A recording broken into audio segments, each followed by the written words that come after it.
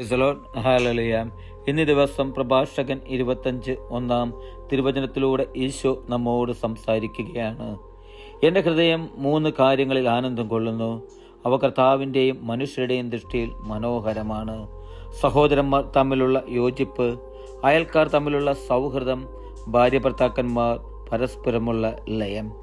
പ്രിയപ്പെട്ടവരെ, ഇന്ന് ഈ തിരുവചനം കേൾക്കുന്ന ഓരോ വ്യക്തികളോടും എനിക്ക് പറയുവാനുള്ളത്, ഈ തിരുവചന ഭാഗത്തിലൂടെ ഈ ലോകത്തിലുള്ള സകല മനുഷ്യർക്കും ആവശ്യമായ 3 കാര്യങ്ങൾ ഈശോ നമുക്ക് വെളിപ്പെടുത്തി തരികയാണ്, നമ്മെ ബോധവാന്മാരാക്കുകയാണ്. വചനം പറയുന്നു, എൻ്റെ ഹൃദയം 3 കാര്യങ്ങളിൽ ആനന്ദം കൊള്ളുന്നു എന്ന്. പ്രിയപ്പെട്ടവരെ, ഈ 3 കാര്യങ്ങൾ എൻ്റെയും നിങ്ങളുടെയും ജീവിതത്തിൽ പ്രാബല്യത്തിൽ വരുത്തുവാൻ എനിക്ക് നിങ്ങൾക്കും സാധിച്ചാൽ നമ്മൾ ഏറ്റവും വലിയ സന്തോഷമുള്ളവരായിരിക്കും, നമ്മൾ ഏറ്റവും ഭാഗ്യമുള്ളവരായിരിക്കും. വചനം പറയുന്നു, അവ കർത്താവിൻ്റെയും മനുഷ്യരുടെയും ദൃഷ്ടിയിൽ മനോഹരമാണെന്ന്. ഏറ്റവും മനോഹരമായ ഒരു കാര്യമാണ് വചനം നമുക്ക് കാണിച്ചു തരുന്നത്.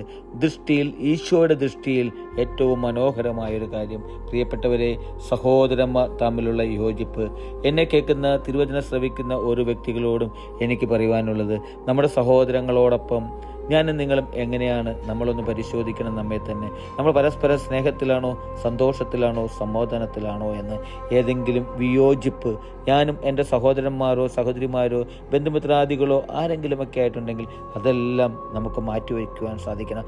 ആ കുറവുകളെല്ലാം നികത്തി ഈശോ നമ്മുടെ കുറവുകളെ നികത്തിയതുപോലെ കുറവുകളെ നിറവുകളാക്കിയ ഈശോ, അതുപോലെ നമ്മുടെ കുറവുകളെല്ലാം ഈശോയുടെ മുമ്പിൽ നമുക്ക് വിട്ടൊഴിഞ്ഞ് പരസ്പരം സ്നേഹിക്കുവാൻ, സഹോദരങ്ങളെ സ്നേഹിക്കുവാൻ എനിക്കും നിങ്ങൾക്കും സാധിക്കണം.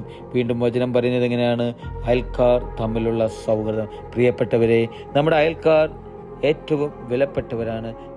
നമ്മൾ തന്നെ പരസ്പരം സ്നേഹിക്കുവാൻ എനിക്കും നിങ്ങൾക്കും സാധിക്കണം. ആ സമരിയാക്കാരനെ പോലെ എനിക്കും നിങ്ങൾക്കും എൻ്റെയും നിങ്ങളുടെയും അയൽവക്കത്തുള്ള എൻ്റെയും നിങ്ങളുടെ സഹോദരങ്ങളെ സ്നേഹിക്കുവാൻ എനിക്കും നിങ്ങൾക്ക് സാധിക്കും. അങ്ങനെ നല്ലൊരു ജീവിതം എനിക്ക് നിങ്ങൾക്കും പടുത്തുയർത്തുവാനായിട്ട് സാധിക്കണം. പ്രിയപ്പെട്ടവരെ, വീണ്ടും വചനം പറയുന്നത് എങ്ങനെയാണ്? ഭാര്യ ഭർത്താക്കന്മാർ പരസ്പരമുള്ള ലയം.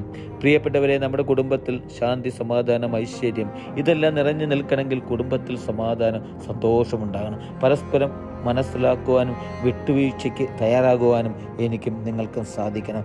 നമ്മൾ പരസ്പരം മനസ്സിലാക്കി ഓരോ ദിവസവും മുന്നോട്ട് കൊണ്ടുപോകുമ്പോൾ, പരസ്പരം സ്നേഹിച്ച് വിട്ടുവീഴ്ചയ്ക്ക് തയ്യാറെടുത്ത് ഈശോയിൽ പൂർണ്ണമായും സമർപ്പിച്ചുകൊണ്ട് കുടുംബജീവിതം വരമേറുമ്പോൾ, മുന്നോട്ട് പോകുമ്പോൾ നമ്മുടെ കുടുംബത്തിൽ ശാന്തിയുടെയും സമാധാനത്തിൻ്റെ, ഐശ്വര്യത്തിൻ്റെ, ദൈവത്തിൻ്റെ നിറവുകൾ നമ്മുടെ കുടുംബത്തിലുണ്ടാകും.